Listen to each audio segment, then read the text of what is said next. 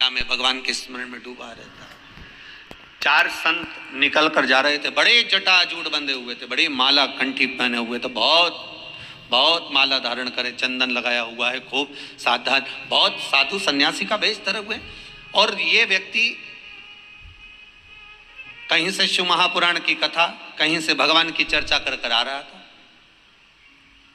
और इसके पास में वो जो जाने वाले व्यक्ति थे, उन्होंने, चार संतों ने आकर पूछ लिया, भैया, ओ भैया, तुम मुनि के वेश में लग रहे हो, तुम तपस्वी के वेश में लग रहे हो, वस्त्र भी तुम तपस्वी ऐसा धारण कर कर रखे हो, पर एक मन में एक प्रश्न है, हम यहां से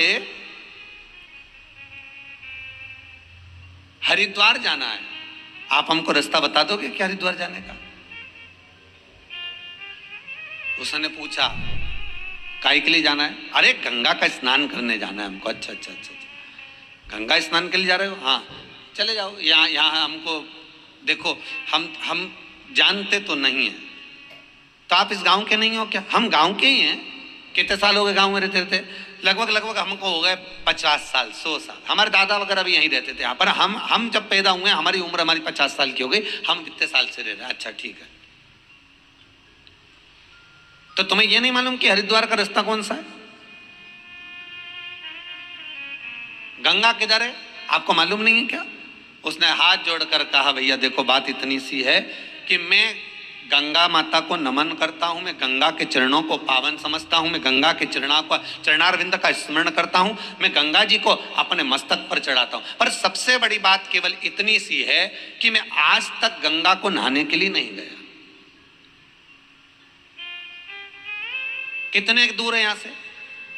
पूछा, बस मैंने सुना है यहां से 42 किलोमीटर की दूरी पर गंगा जी है।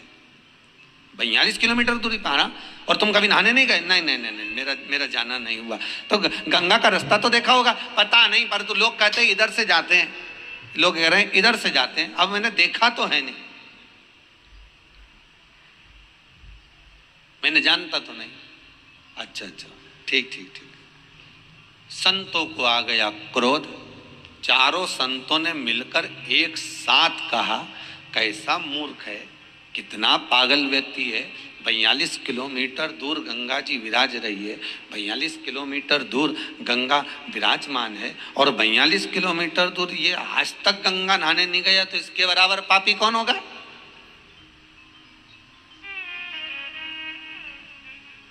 आज तक जो गंगा के घाट पर नहीं पहुंचा, आज तक जो गंगा जी के नजदीक तक नहीं पहुंचा, तो इसके बराबर पापी को और कौन होगा? चारों ने कह दिया, तेरे जैसे पापी का हमने कहाँ मुख देख लिया, कहाँ हमने मुंह देखा, तेरे जैसे पापी का कहाँ हमने मुख देख लिया, कहाँ मुख देखा। चारों हर गंगे हर गंगे हर गंगे कहते कहते गंगा जी के घाट पर, हरिद्वार के उधर जाने लगे, गंगा को ढूंढने के लिए, गंगा को पाने के लिए जा रहे हैं। चारों जब चले, हरिद्वार पहुंच गए। किसी से पूछा, यहां हरिद्वार है? हाँ, ये हरिद्वार है, पर यहां गंगा जी तो दिख नहीं रही है, गंगा तो नहीं दिख रही है, गंगा कहाँ है? भैया हरिद्वार तो यही और गंगा भी यहीं थी, पर पता नहीं कहाँ चली गई। उन्होंने कहा, चलो और आगे गंगा जी को देखते। ऋषिकेश पहुंच गए, यहां भी गंगा नहीं है। ढूंढते ढूंढते और आगे बढ़े, और आगे, और ढूंढते ढूंढते ढूंढते ढूंढते गंगोत्री तक पहुंच गए, पर गंगा नहीं मिली।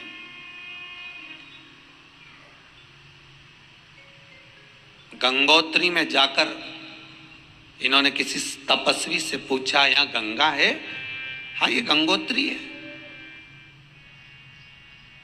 ये गंगोत्री है, यहां तो गंगा रहती है, तो हमें तो गंगा दिख नहीं रही है, कहीं गंगा नजर आ नहीं रही है।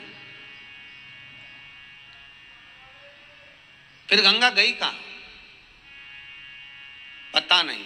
तपस्वी से पूछा कि गंगा कहां है? तपस्वी बोलते गंगा तो यही है, पर हमको लगता है कि तुम चार संतों ने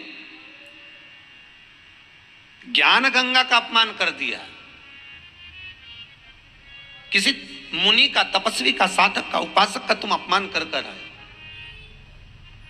और उस तपस्वी का तुमने जो अपमान करा है, उस मुनि का जो तुमने अपमान करा है, उस मुनि के अपमान के तक तुमको गंगा का दर्शन नहीं मिलेगा। बहुत ध्यान देना महाराज, ये शिव ज्ञान गंगा है और वो अविरल बहने वाली विष्णुपदी भागीरथी एक गंगा वो है।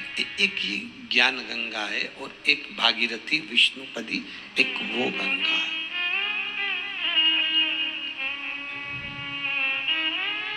दोनों में अंतर है। कभी आपके भीतर ये गम नहीं होना चाहिए, कभी आपके भीतर ये भाव नहीं उत्पन्न होना चाहिए कि मैं गंगा नहीं गया। अगर जो शिव महापुराण की कथा में रमे हुए हैं ना, जो शंकर की कथा को रोज प्रतिदिन श्रवण कर रहे हैं, भगवान की भक्ति को जो धारण कर रहे हैं, भगवान की कथा को जो नित्य श्रवण कर रहे हैं, उनके भीतर ये भाव जागृत होना चाहिए कि गंगा मेरे से दूर नहीं, गंगा मेरे करीब में है।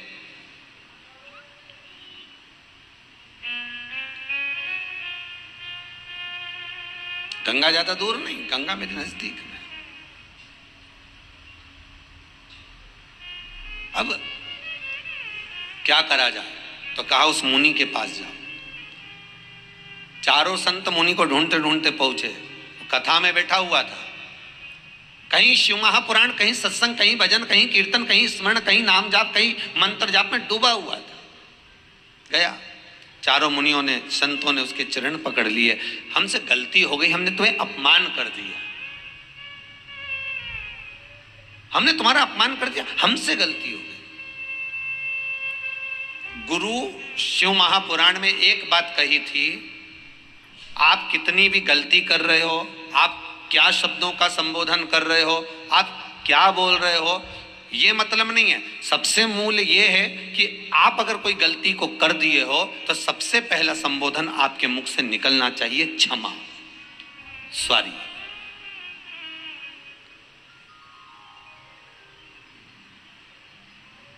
एक बात आपको कही थी गुरु महिमा में कि घर से जब निकला करो ना तो भगवान देव अधिदेव महादेव का नाम लेकर श्री शिवाय नमस्तुभ्यम।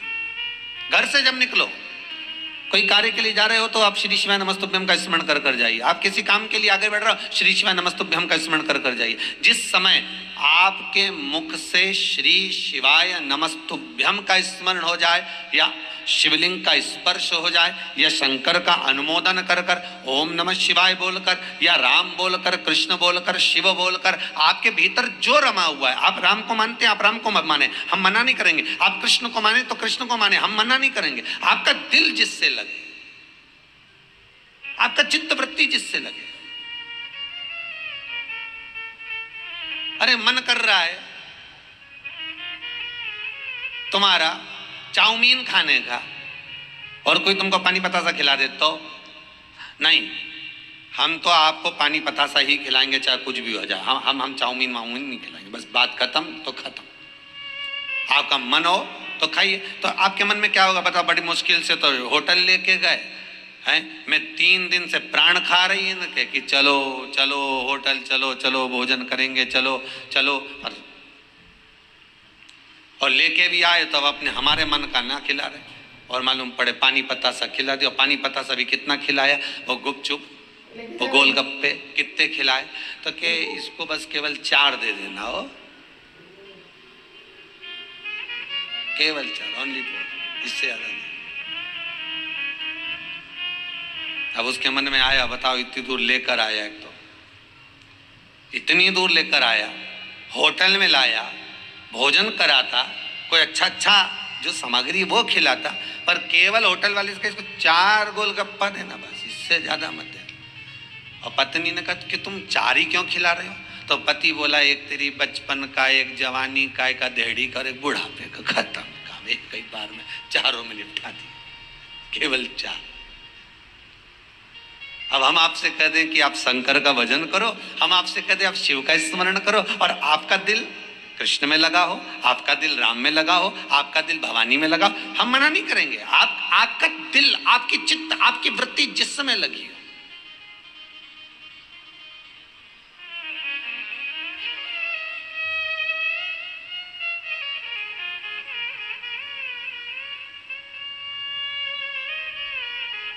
आपका मन जहां रम जाए।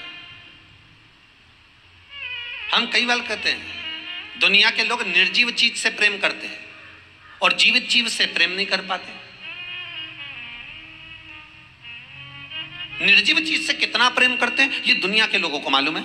जितने लोग आस्था पर कथा सुन रहे हो, जितने कथा को श्रवण कर रहे हो, जितने मोबाइल पर सुन रहे हो, फेसबुक यूट्यूब पर सुन रहे हो, आप भी निर्जीव चीज से ज्यादा प्रेम करोगे, जीवित चीज से नहीं।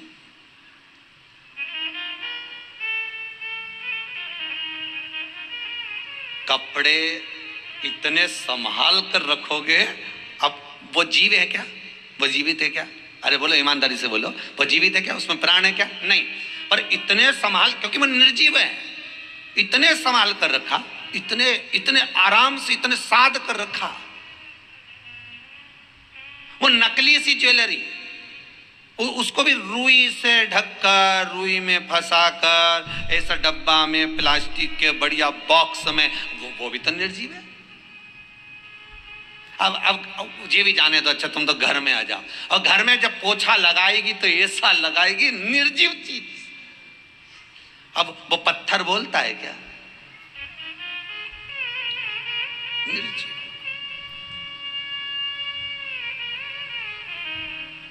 निर्जीव चीज को तो तुमने संभाला, और जो जीवित था उसको संभाल सके क्या? बहू अपने कमरे का पोछा इतने शान से लगवाती है, अच्छे से निकालना, अच्छे से लगाना, उधर से निकाल कचरा, सब पलंग के नीचे से निकाल, इधर पीछे से निकाल, हाँ इधर कंप्यूटर थोड़ा साइड कर दे, वहां से पोछा लगाती हुआ अच्छे से लगाती है ना। ओ मेरा कमरा है, बिल्कुल साफ दिखना चाहिए, क्लीन दिखना चाहिए। इतनी निर्जीव चीज को संभाल कर रख रही है, और सास से 2 शब्द बोल दिए जो जीवित थी।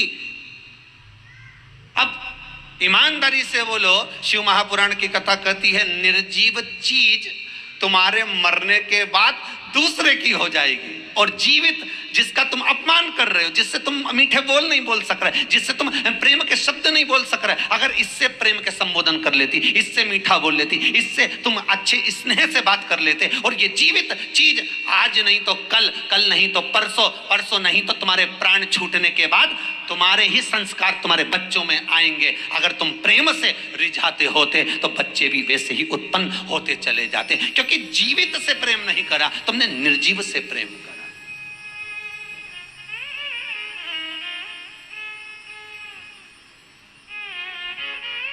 भोजन करने के बाद बर्तन भी साफ कर कर रखे तो निर्जीवन, तो दिल तो साफ करते।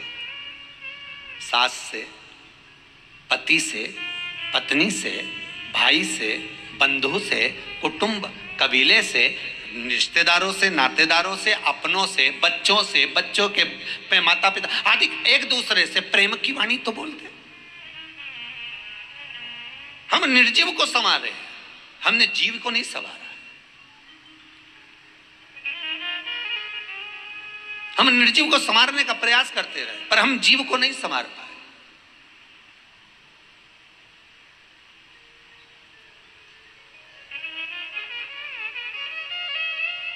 कई लोग हमसे कहते हैं गुरुजी जरा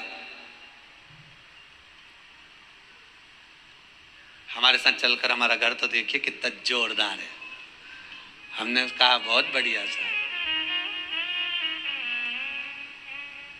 अब ईमानदारी से बोलो, घर जोरदार होने से क्या हो, उनमें रहने वाला मनक जोरदार होना चाहिए ना। उसमें जो निवास कर रहा है, उसमें जो रह रहे हैं, उसमें जो परिवार के सास हो, ससुर हो, बहू हो, बेटा हो, कुटुंब हो, कबीला हो, माता हो, पिता हो, बच्चे हो, बच्चियां हो, इनको देखा जाए। पहले के रिश्तों में और आज के रिश्तों में बस यही अंतर है महाराज जी, यही है।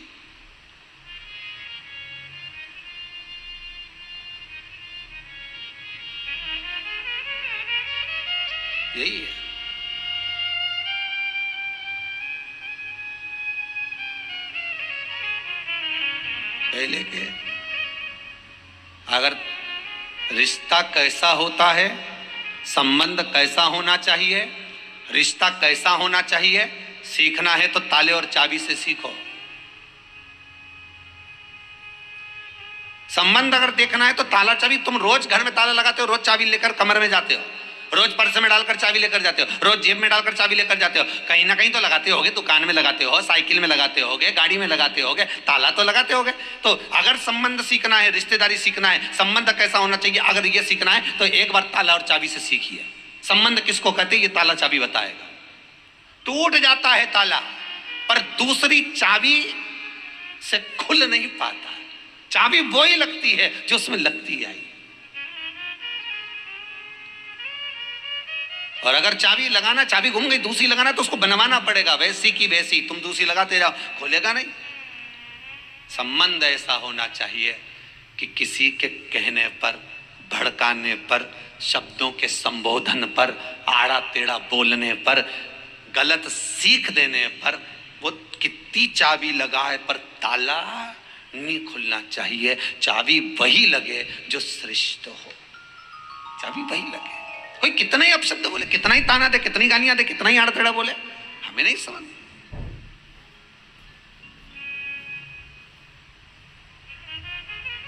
आग लगे बस्ती में, अपन रहो मस्ती में, वही सुख मिल सकता, वही। हम निर्जीव को संवार रहे हैं, जीव को नहीं संवार। हम निर्जीव, बस गंगा की कथा यही कह रही है, शिव महापुराण की कथा यही कह रही है कि जीते जी तो कभी गंगा नहाने गया नहीं, और मरने के बाद वह लोटा में भर लिया। तो पूछा ये लोटे में भर के कहाँ जा रहे हो, तो कि गंगा जी ले जा रहे। अच्छा गंगा जी, हाँ। तो क्या ये जिंदा थी जब गई थी क्या? कि नहीं, हमारी अम्मा तो कहीं नहीं गई। ओ ठीक है। ये मरा, जो मर गया, ये कभी गंगा जी गया था क्या? नहीं, ये दादाजी भी नहीं गए, कभी पिताजी भी नहीं गए। तो फिर तो क्या उनकी अंतिम इच्छा थी? अच्छा, उनकी इच्छा ये थी कि भगवान ऐसी कृपा कर दे कि मेरी औलाद मुझे एक बार हरिद्वार नहा के लिया, एक बार गंगा जी नहा के लिया। और इनने क्या कहते हैं, उनकी अंतिम इच्छा थी कि गंगा जी जाना है। तो अंतिम इच्छा मतलब पूरी करो। एक बार जीते जी लेकर तो जाते। फिर वही वाली बात आ गई। एक बार ट्रेन से जा रहे थे हम कहीं, और कोई गंगा जी जा रहे थे हरिद्वार इलाहाबाद, तो वो बैठे, उन्होंने इतनी बड़ी लाल कलर की झोली ऊपर टांग दी, उसमें सीट पे रख दी ट्रेन की। अब हमारी बर्थ इधर की थी और उनकी बर्थ सामने की। अब उसने सीट पर रख दी। अब उस सीट खाली थी, खाली सीट पर कोई बच्चा को बिठा दिया। जैसे ही बच्चे को बिठाया तो वो जो नीचे बैठा था उसको गुस्सा आ गया, हमारी अम्मा बैठी है, उतरो नीचे। अब अम्मा तो कोई दिख नहीं रही थी कि अम्मा कहाँ बैठी, उतरो नीचे, हमारी अम्मा बैठी। अब वो झगड़े, सबसे झगड़े, हमारी अम्मा बैठी नीचे उतरो, अम्मा बैठी नीचे उतरो। और सबको नीचे उतारे। तो थोड़ी देर बाद किसी ने पूछ लिया, तुम्हारी अम्मा तो कोई दिख नहीं रही, और कह रहे अम्मा बैठी कर रहे, कब से कर रहे? 2-4 घंटे से किसी को बैठने नहीं दे रहा, सीट खाली है, तुम्हें दिख नहीं रहा हमारी अम्मा बैठी है? तो अम्मा कहाँ है? वो झोली में है, जो इतना बड़ा लाल कपड़ा है ना, उसमें हमारी अम्मा भरी हुई है। अच्छा, कहाँ गई? तो फिर ये क्या है? अम्मा की अस्थियां हैं। हमें कहा था किसी ने इनकी एक रिजर्वेशन सीट बुक कराना, इनको पूछते हुए लेके जाना। तो उनको चाय भी पिला रहे हैं, एक पत्तल अलग से भोजन की भी लगाई। अम्मा चलो, अम्मा जी कर लो, अम्मा पानी पी लो। इतने प्रेम से लेके गया और गंगा जी में ले जाकर पूजन वूजन करके खवा दिया। अब ईमानदारी से बोला, जितने प्रेम से तू हड्डियां लेकर गया था, जितने प्रेम से तू अस्थियां लेकर गया था, इतने प्रेम से अम्मा जब जिंदा थी और दिल से कह देता, अम्मा चल, सावन का महीना है, तेरे को कुबेरेश्वर धाम ले चलो, अम्मा चल मैं तुझे महाकाल ले चलूं, अम्मा चल मैं तुझे विश्वनाथ ले चलूं, अम्मा चल मैं तुझे हरिद्वार, मैं तुझे ऋषिकेश ले चलूं, मैं तुझे प्रयागराज ले चलूं। चल अम्मा, मरने के बाद लोग लेकर जाते हैं अस्थियों को, मैं तुझे जीते जी लेकर चलता हूं। तब अम्मा का जो दिल प्रसन्न होता और चाय पिलाता ट्रेन में, बच्चों को जैसे कुरकुरा खिलाए, टाइम टाइम पे बिस्कुट भी मम्मी पर्स में से हेड़ के देती जाए, ऐसे सास को टाइम टाइम पे सब कुछ खिलाती हुई लेके जा, तो सास भी के मेरी बहू जैसी दुनिया में बहू नहीं होगी। क्या पूछ रही है साहब, कितना सम्मान करके ले जा रही, कितना आदर करके ले जा रही। और मालूम पड़े अकेली केवल पर्स खोला ने, उसमें से वो टॉफी निकाल के देखिए।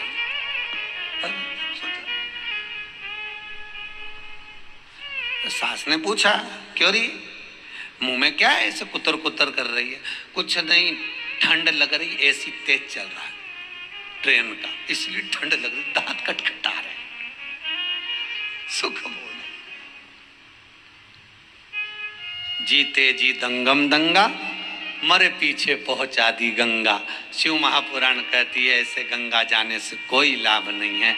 गंगा कहती है एक बार जीते जी मुझ में डुबकी तो लगा कर जाओ, फिर मरने के बाद अस्थियां लेकर मत आना। गंगा कहती है मैं खुद तुम्हारे दरवाजे पर पहुंच जाऊंगी, तुम्हें आने की जरूरत नहीं पड़ेगी, मैं खुद पहुंचूंगी। गंगा नहाना का मतलब क्या है? गंगा का स्नान का मतलब क्या है? बोलो जरा। जितने लोग आस्था पर कथा सुन रहे हैं, जितने लोग मोबाइल पर यूट्यूब फेसबुक पर कथा सुन रहे हो, गंगा शिव महापुराण की कथा सुन रहे हो, गंगा नहाने का मतलब क्या है? गंगा स्नान का मतलब क्या है?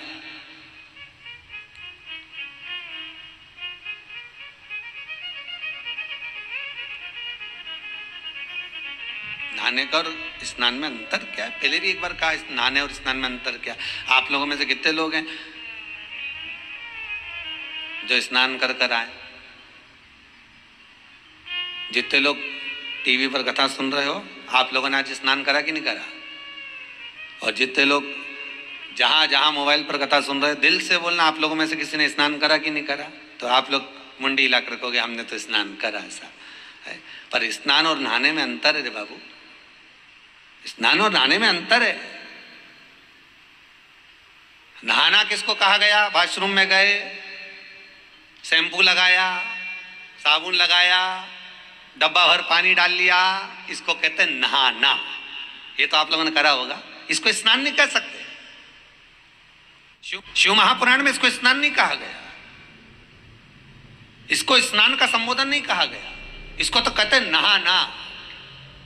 बाथरूम में गए, स्नान इसको नहीं कहेंगे कि आपने डब्बा भर के पानी डाल लिया, आपने वो साबुन लगा लिया, आपने थोड़ा सा सर्फ लगाया, आपने जो शैम्पू लगाया, इसको इसको इसको स्नान नहीं कर सकते, इसको नहाना कहते हैं। ब्राह्मण जब पूजन कराने बैठता है, ब्राह्मण जब कर्मकांड करने बैठता है, ब्राह्मण जब जजमान को सामने बिठाता है तो कहता है स्नान कर कर आइए। ब्राह्मण ने ये नहीं बोला कि नहा कर आइए। ब्राह्मण संबोधन कहेगा कि स्नान कर कर आइए, नहा कर नहीं, स्नान कर कर। नहाना सरल है, स्नान करना कठिन है। स्नान किसको कहा गया? शिव महापुराण की कथा कहती है स्नान किसको कहते हैं? 3.5 करोड़ रोम छिद्र ये मनुष्य के शरीर पर हैं। ये जितने रोम हैं मनुष्य के शरीर पर, ये 3.5 करोड़ हैं।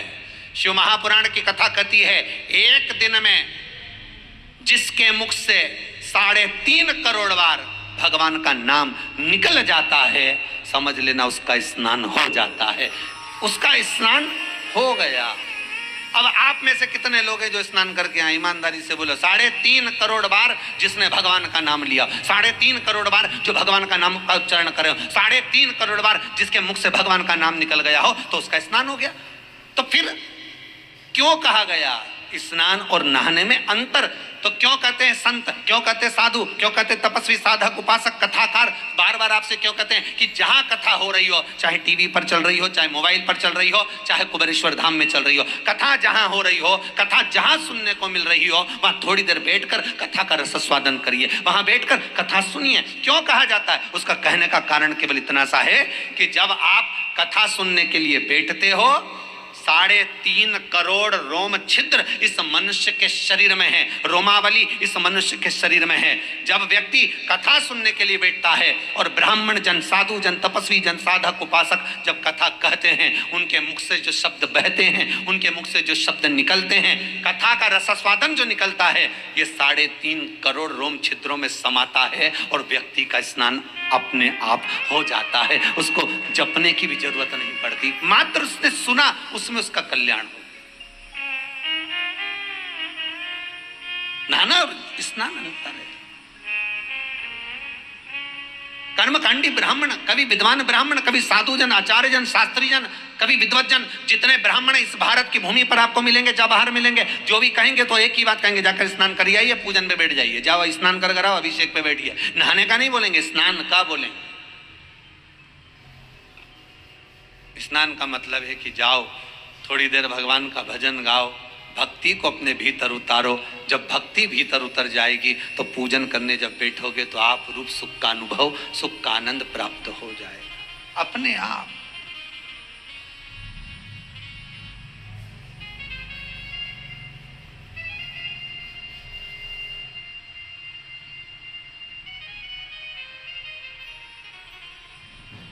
अपने आप भीतर से भक्ति।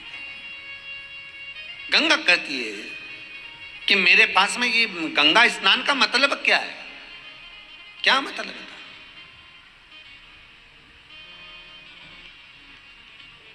अरे विचार करो जरा। सुदामा जी भगवान कृष्ण के यहां जा रहे हैं, श्रीमद् भागवत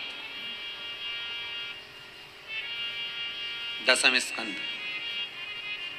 सुदामा जी भगवान कृष्ण के यहां जा रहे हैं और सुशीला उनसे कह रही है, रोज कहती है सुशीला कि तुम द्वारका जाओ, तुम द्वारका जाओ, जाओ द्वारकाधीश के दरवाजे पर, जाओ द्वारकानाथ के दरवाजे पर। भारत की भूमि की पहली स्त्री थी, पहली नारी थी जो अपने पति से रोज कहती थी कि द्वारका जाओ, द्वारका जाओ, द्वारकाधीश के दरवाजे जाओ। नहीं तो आज के जमाने की सारी नारियां सुबह से उठकर एक ही बात कहती, दूध की थैली लिया, जाओ जरा गिलकी लिया, आलू लिया, टमाटर लिया, जाओ जरा हरा धना लिया, हरी मिर्ची लिया। और कोई नारी नहीं कहती कि जाओ द्वारका जाओ, जाओ बद्रीनाथ जाओ, जाओ दर्शन करने जाओ, जाओ शंकर की कथा में जाओ, जाओ भगवान का स्मरण करो। पर पहली नारी थी सुशीला जो अपने पति सुदामा से रोज कहती, उठते से कहती थी, जाओ द्वारका जाओ, जाओ द्वारका जाओ, जाओ द्वारका जाओ। सुबह से लेकर शाम तक 50 बार कहती थी द्वारका जाओ, द्वारका जाओ। मार्ग बताती है कि द्वारका जाओ। और जब सुदामा जाने लगे द्वारका, आज मन में आ गया कि मैं द्वारका जा रहा हूं, तो सुशीला कहती, रुक जाओ, कुछ लेकर जाओ, कुछ लेकर जाइए, मैं लेकर आती हूं। और सुशीला जो चावल पड़ोसन से मांग कर लाई थी, सुशीला ने अपना पल्लू फाड़कर उस चावल को अपने पल्लू में बांधकर उसको लपेट कर अपने पति को दिया और पति बाजू में दबाकर फिर लेकर गया। तो सुदामा जी ने चावल कृष्ण को क्यों दिए? किससे?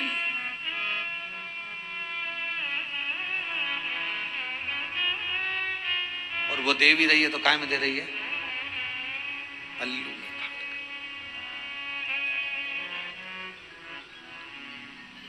और भगवान के नैनों में जल भरा हुआ था। जब मेरे लाडले ठाकुर कृष्ण ने तंदुल को निकाल कर जब फाका था, वस्त्र,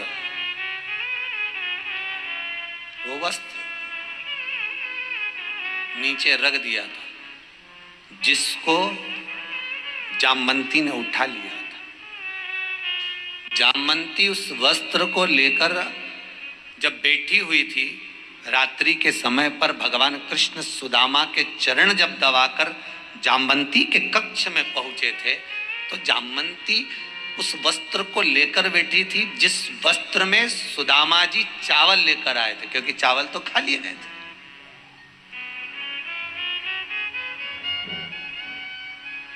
वो केवल वस्त्र बचा हुआ था। जामवंती उसको लेकर बैठी थी, तो द्वारकानाथ ने पूछ लिया, हे जामवंती, ये वस्त्र, ये तो सुदामा जी वाला वस्त्र है। हाँ, लेकर क्यों बैठी हो, किस लिए बैठी हो? जामवंती कहती है, मुझे लगता है ये वस्त्र नहीं है।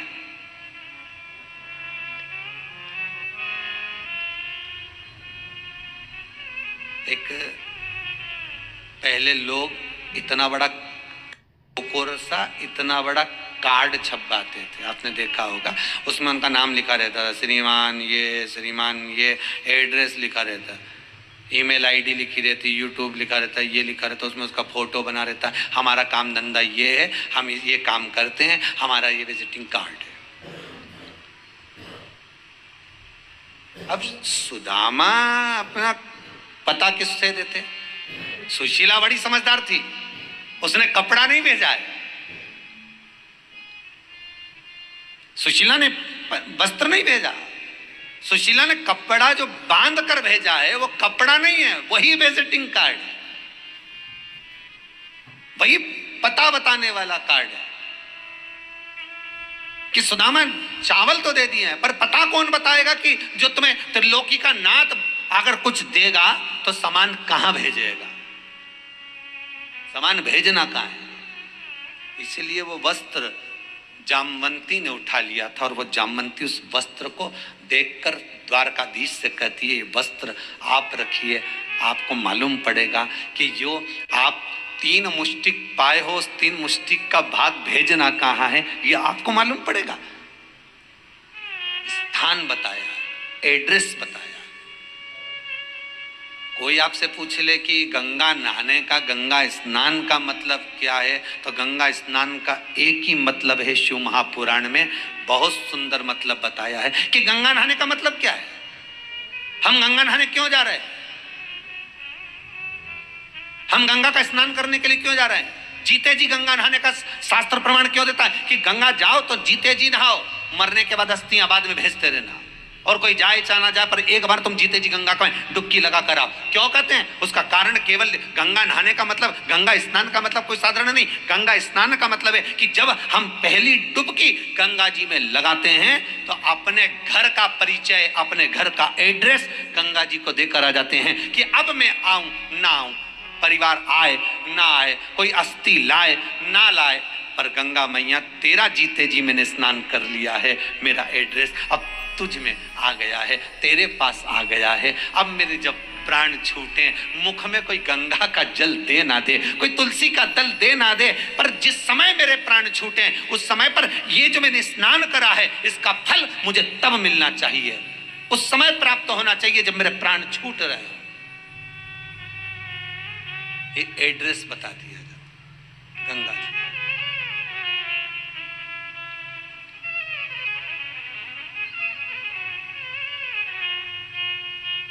ये एड्रेस है कि आपको यहाँ आना है, आपको यहाँ पहुंचना है।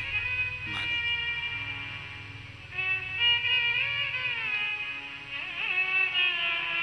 हमें यहाँ काहे की नैया बनी कौन खिवैया, काहे की नैया बनी कौन खिवैया, जाना है हमको कैलाश ओ भोले बाबा, जाना है हमको कैलाश ओ भोले बाबा, जाना है हमको कैलाश ओ भोले बाबा, जाना है हमको कैलाश ओ भोले बाबा, जाना है हमको कैलाश ओ भोले बाबा, जाना है हमको कैलाश ओ भोले बाबा, हमको कैलाश भोले, हमको कैलाश, हमको कैलाश भोले, हमको कैलाश, हमको कैलाश भोले, हमको कैलाश, हमको कैलाश भोले, हमको कैलाश ओ जाना है हमको कैलाश ओ भोले बाबा, जाना है हमको कैलाश ओ भोले बाबा, ओ जाना है हमको कैलाश ओ भोले बाबा, जाना है हमको कैलाश ओ भोले बाबा।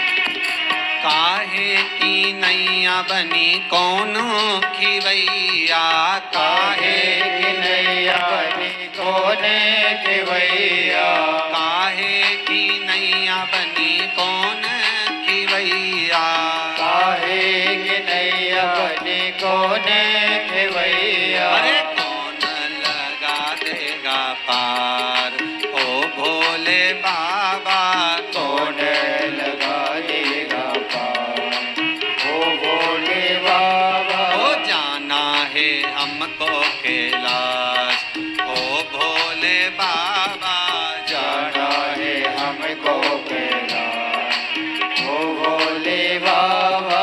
जय हो।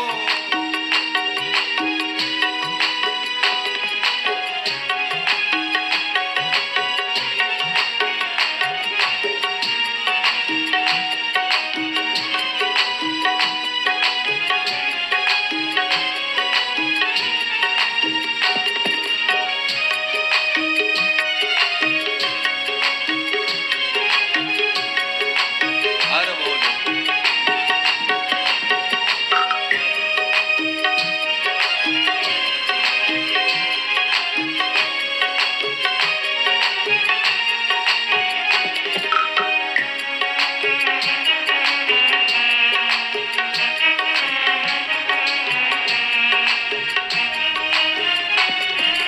चंदन की नैया बनी राम जी खिवैया, चंदन की नैया बनी राम जी के भैया, चंदन की नैया बनी राम जी खिवैया, चंदन की नैया बनी राम जी के भैया। ओ भोले लगा देंगे पार ओ भोले बाबा, भोले लगा देगा पार ओ भोले बाबा। जाना है हमको कैलाश ओ भोले बाबा, जाना है हमको कैलाश ओ भोले बाबा। हमको कैलाश बोले हमको कैलाश, हमको कैलाश बोले हमको कैलाश, हमको कैलाश बोले हमको कैलाश, हमको कैलाश बोले हमको कैलाश। ओ जाना है जय हो। हमको कैलाश ओ भोले बाबा, जाना है हमको कैलाश ओ भोले बाबा।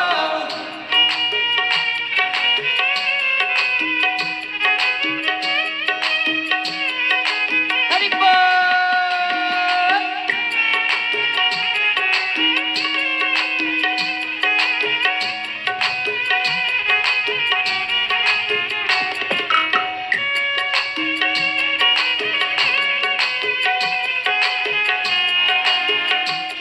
बड़े भाव से आनंद से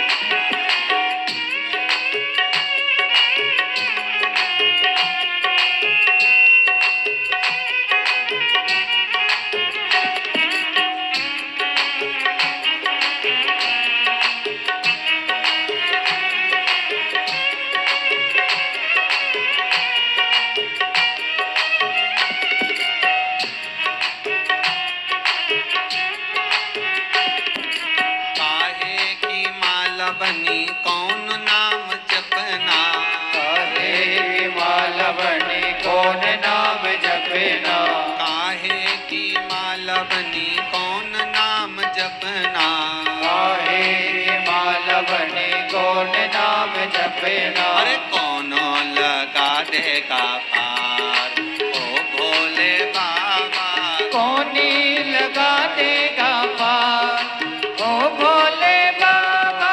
जाना है हमको कैलाश ओ भोले बाबा, जाना है हमको कैलाश ओ भोले बाबा।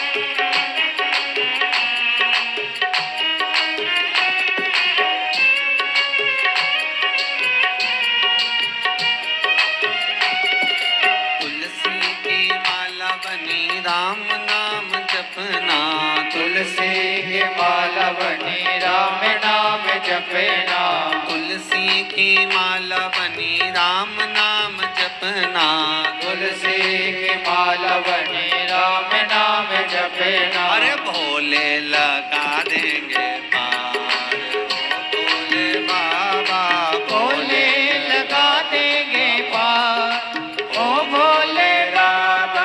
भोले लगा देंगे पार, ओ भोले बाबा भोले लगा देंगे पार, ओ भोले बाबा। हो जाना है हमको कैलाश, ओ भोले बाबा जाना है हमको कैलाश, ओ भोले बाबा।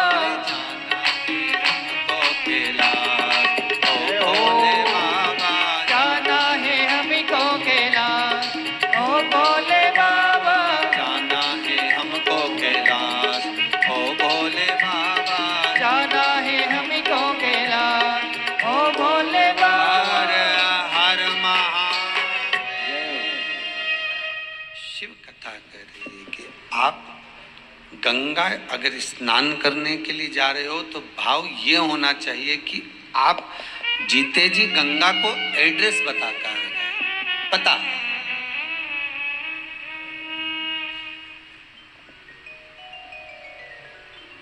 आपने एड्रेस बता दिया, आपने पता बता दिया।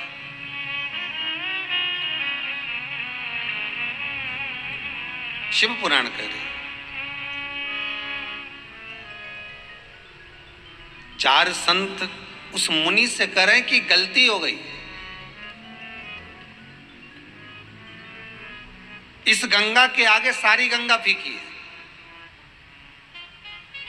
जहां भगवत चर्चा चल रही हो, जहां भगवत भजन चल रहा हो, जहां स्मरण चल रहा हो, जहां शिव महापुराण भागवत रामायण गीता आप जिस संवाद में डूबे हुए वो उसके आगे सब फीका है।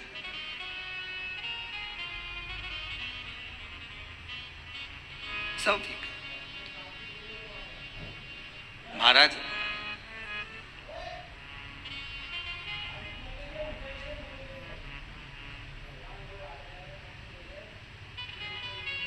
गंगोत्री में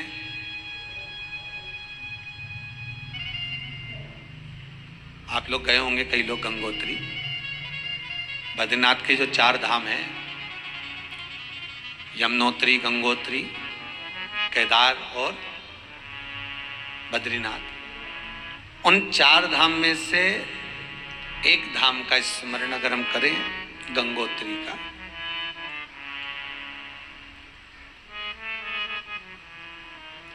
वहां बैठकर भागीरथ जी महाराज ने तप साधना करी।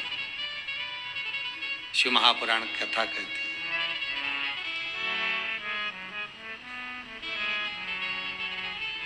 क्या गलती हो गई थी? राजा सगर जब यज्ञ अनुष्ठान किए, अश्वमेघ यज्ञ करे, उसका यज्ञ का जो अश्व था वो इंद्र ने चुरा लिया था। इससे पहले की एक कथा में कहा था, आप जब जब कोई अनुष्ठान करेंगे, कोई तप करेंगे, कोई साधना करेंगे, कोई भजन करेंगे, कोई कीर्तन करेंगे, तो उसमें आपके व्रत वाले दिन इंद्र स्वयं जान कर आपको क्रोध दिलाते हैं। क्यों क्रोध दिलाते हैं? जिससे आपके मुख से अपशब्द निकले, अपशब्द निकले। शिव महापुराण के अंदर एक बार को नैमिषारण्य की कथा में जब 108 शिव महापुराण की कथा रखी थी तो उसमें एक बात कही थी, जिस दिन अपने पूर्वजों का आप श्राद्ध करें, जिस दिन किसी ब्राह्मण को आप भोजन कराएं, जिस दिन आप गुरुजन के चरणारविंद में जाएं, जिस दिन आप यज्ञ कर रहे हो, आपके घर में अनुष्ठान कर रहे हो, आपके घर में सत्यनारायण जी की कथा कर रहे हो, आपके घर में आप पूजन कर रहे हो, आप शिव स्तुति कर रहे हो, आप शंकर का अनुमोदन कर रहे हो, आप शंकर जी का पूजन करने जा रहे हो,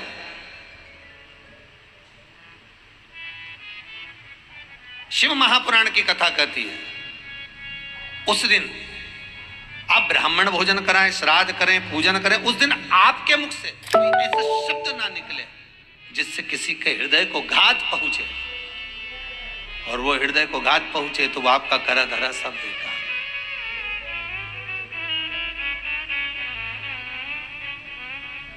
पहले भी काज फिर कहते हैं, आप मंदिर में अगरबत्ती लगाएं ना लगाएं, आप मंदिर में दिया जलाएं ना जलाएं, आप मंदिर में चंदन लगाएं ना लगाएं, आप भगवान को जल चढ़ाएं ना चढ़ाएं, आप भगवान को पुष्प चढ़ाएं ना चढ़ाएं, पर इतना बात जरूर याद रखना कि आप इन सब चीज से बढ़कर है कि किसी का दिल ना दुखाए।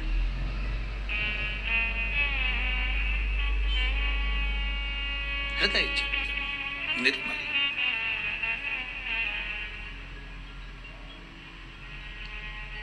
ये चित्तवृत्ति निर्मल हो,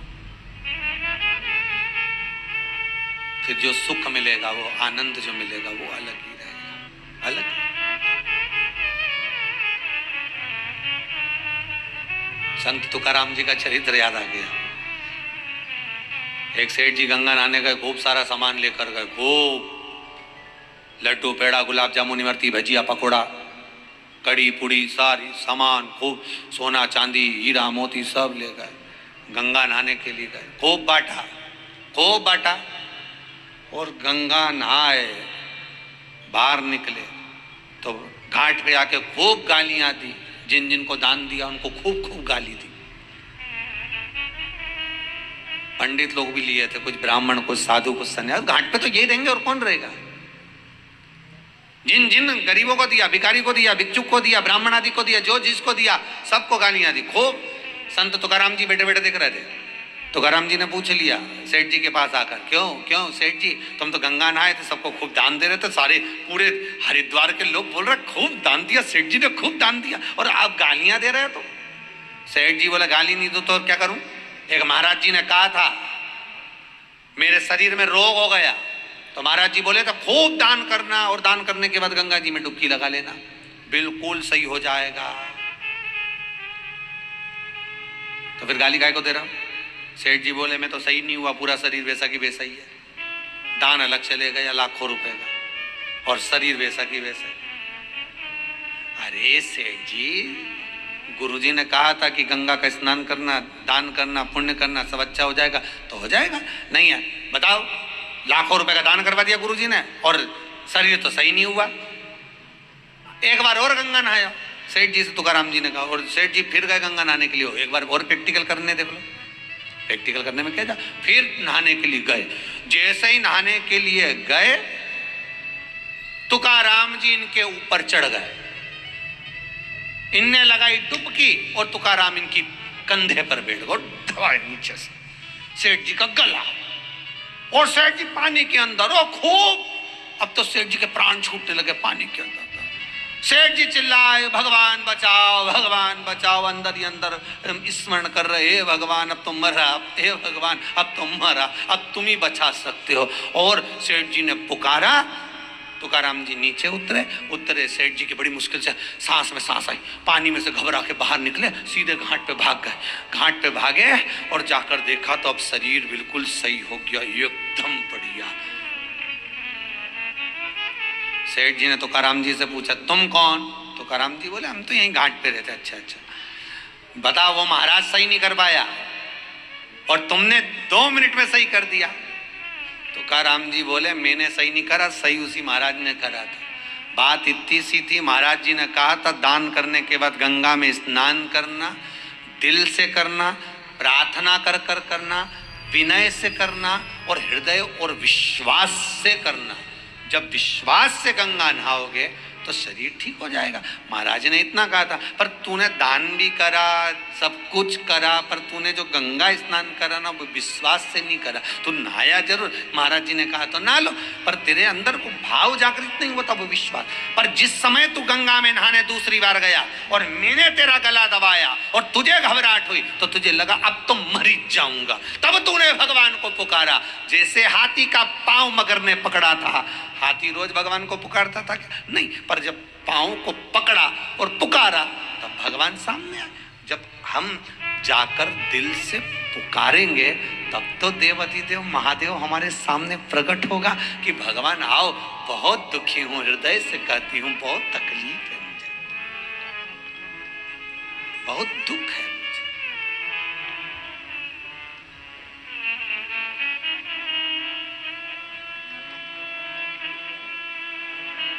बहुत तकलीफ। भगवान को दिल से पुकारोगे भगवान आएगा। अब जब तुम दिल से ही नहीं पुकारोगे, तुम्हारी चित्तवृत्ति में, जब हृदय चित्त में भगवान संजोएगा ही नहीं, भगवान को पुकार ही नहीं पाओगे तो भगवान मिलेगा। अरे फिर कहूंगा, श्रावण के महीने में आप पूरे मोहल्ले में, नगर में, कॉलोनी में, सोसाइटी में, जहां चाहो वहां देखना लोग चंदन लगाए मिलेंगे। लोग खूब शंकर जी की आराधना, रुद्राक्ष की माला, ये वो, और खूब बाबा के भस्म लगा के भगवान को रिझाने का प्रयास करेंगे। पर भगवान जानता है कि ये बरसाती मेंढक है।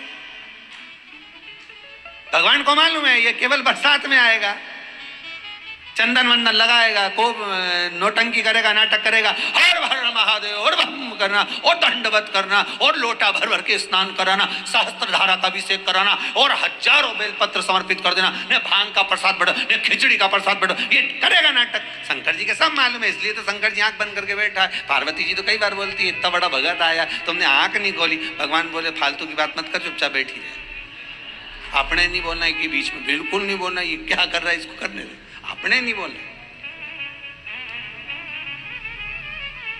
नवरात्रि आए, मैं तो नंगे पैर व्रत रखूंगी, मैं तो लौंग नहीं खाऊं, मैं तो पानी नहीं पीऊं, मैं तो ये नहीं करूं। तो भगवान बोले तू कुछ मत कर, भजन तो कर। ने नाटक इतना बड़ा करने, भजन के टाइम पे बस 2 टाइम आरती कर दी, जय अम्बे गौरी, जय श्यामा गौरी, 2 टाइम आरती करे और दिन भर फरियाल चरे। भगवान भी सोचे काई मत। इसीलिए तो आपको बार बार कहते हैं दिन भर चरो, एकादशी करो। सावन के महीने में भी हम नहीं बोलेंगे तुमसे कि तुम व्रत करो, हम तो ये कहेंगे खूब प्रेम से खाओ और भगवान का गुण गाओ। एक पक्षी जब जब दाना उठाता है तब तब भगवान को नमन करता है, शीश झुका झुका के कि धन्यवाद तूने मुझे खाने को दिया। और हम तो ऐसी छाती ठोक के खाए, एक बार राम नहीं के कि धन्यवाद तूने खाने को दिया। आज मुझे चावल मिला, कि रोटी मिली, कि पूड़ी मिली, अच्छा मैंने जोरदार कपड़ा पहना, तेरी कृपा। आज मैं खूब आनंद से कथा सुन रहा हूँ, ये तेरी कृपा। हम भगवान को धन्यवाद कब देंगे? हम दें उसको धन्यवाद। तेरा ही दिया मैंने खाया पिया है, तेरा शुक्रिया है, तेरा शुक्रिया, ये तेरी कृपा। ये तेरी। आज भोंडे परिवार अगर कथा करा रहा है तो भोंडे परिवार को ये नहीं भावना चाहिए कि हम कथा, नहीं आप नहीं करा रहे हो, ये तो पूर्वजों की पुण्य की गुल्लक भराई है। कहीं भोंडे परिवार के ये पुण्य की गुल्लक भराई है, कहीं इनके दादा परदादा जो भले शांत हो गए, पिता आदि कहीं शिव के उपासक होंगे, कहीं शंकर के करुणा हुई होगी, कहीं पुण्य की गुल्लक भराई होगी, तब जाकर ये बेटे और बहू, ये सोनम जी और विजय जी, इन लोगों ने आज ये शिव महापुराण की कथा को अपने माता के साथ में संजोया है। ये कृपा शिव का।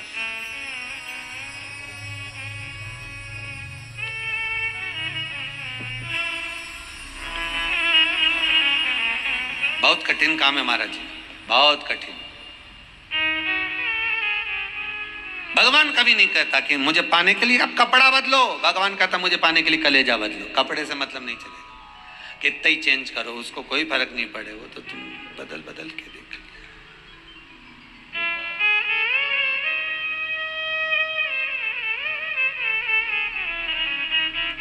एक लड़की को देखने जाएं लड़के वाले तो कहते हैं साहब साड़ी पे, अभी आपने सूट पे दिखा दिया, अब साड़ी पे दिखा दे, तो कपड़ा बदलने से गई हो। सूट पे देखो चाहे साड़ी पे देखो, या तो चित्त वृत्ति बदलना चाहिए, मन बदलना चाहिए, तब शिव मिलेगा।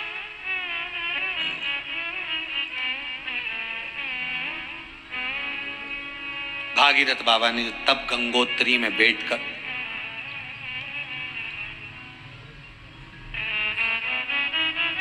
वो गंगोत्री की पावन धरा जहां गंगा बहकर आ रही, किसके लिए करा? किसके लिए? केवल अगर करा है तो जो इंद्र अश्व चुरा कर ले गया था अश्वमेघ यज्ञ का, और वो अश्व कहाँ था? इंद्र ने ले जाकर दूर छोड़ दिया। वो कपिल मुनि के आश्रम में चर रहा था। सगर के पुत्रों ने देखा, राजा सगर के पुत्रों ने देखकर कहा कि बताओ ये संत ही ऋषि है, अश्वमेघ यज्ञ का जिसने अश्व चुरा लिया।